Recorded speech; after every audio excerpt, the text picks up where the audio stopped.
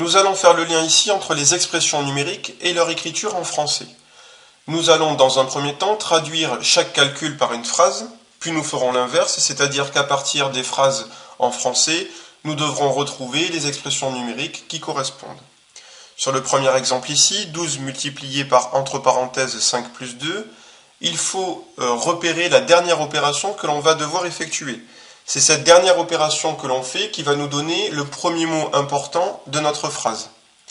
Ici, vu qu'on a des parenthèses, priorité à celle-ci, et donc la première opération que l'on effectue, c'est la somme de 5 et de 2. Donc la dernière opération que l'on effectue, c'est la multiplication. Le résultat d'une multiplication, c'est un produit. Donc la phrase va commencer par le produit de quoi par quoi, c'est le produit de 12 par la somme de 5 et de 2. Sur l'exemple dessous, nous avons entre parenthèses 7 moins 3 divisé par 2. Priorité aux parenthèses, donc la dernière opération que l'on fait, c'est la division par 2.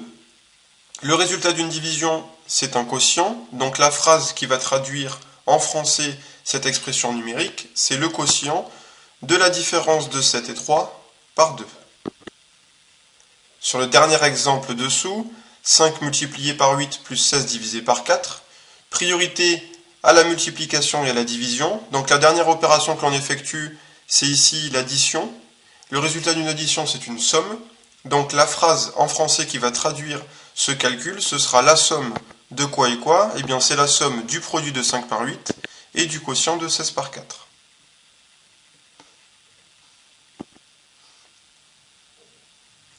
Voyons maintenant l'opération inverse, c'est-à-dire qu'à partir des phrases écrites en français, nous allons devoir retrouver l'expression numérique qui lui est associée.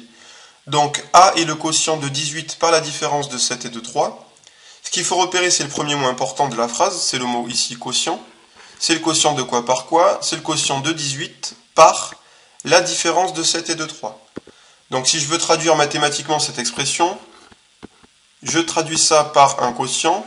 Donc j'écris sous forme de fraction, 18 divisé par la différence de 7 et de 3, donc 7 moins 3. Alors cette expression, je pourrais la réécrire comme ceci, 18 divisé par entre parenthèses 7 moins 3. Et là je suis obligé de mettre des parenthèses autour de la différence de 7 et de 3, car si je n'en mets pas, la priorité de calcul porterait sur la division 18 par 7.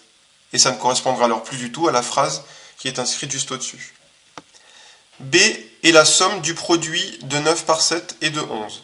Le premier mot important de la phrase ici, c'est le mot somme. C'est la somme de quoi et de quoi? C'est la somme du produit de 9 par 7 et de 11. Donc je traduis ceci mathématiquement. La somme, c'est le résultat d'une addition. Le produit de 9 par 7, donc 9 multiplié par 7, et 11. Ici, il est inutile de mettre des parenthèses autour de la multiplication, car celle-ci est prioritaire sur l'addition. Dans l'exemple suivant, C est le quotient de la somme de 19 et 31 par la différence de 17 et 9. Donc, le premier mot important ici, c'est le mot quotient. C'est le quotient de la somme de 19 et 31 par la différence de 17 et 9. La traduction mathématique de cette phrase, c'est donc un quotient. Je décide de l'écrire sous forme de fraction. Au numérateur, j'ai la somme de 19 et 31, donc 19 plus 31.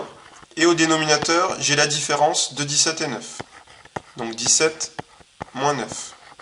Que je peux réécrire avec des parenthèses, 19 plus 31, divisé par entre parenthèses, 17 moins 9.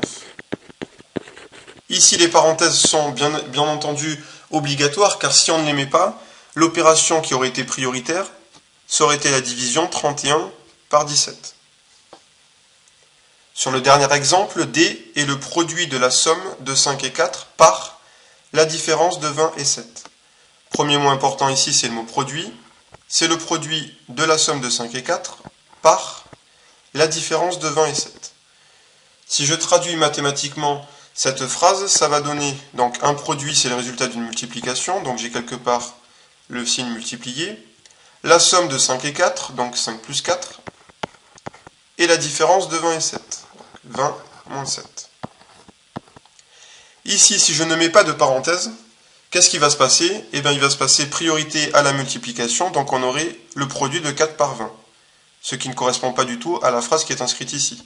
Je suis donc obligé de mettre des parenthèses autour de la somme et autour de la différence, pour bien distinguer que l'on va effectuer en premier la somme et la différence, priorité aux parenthèses, et qu'on effectue en dernier la multiplication, qui correspond donc bien à la phrase ici qui commence par le mot produit.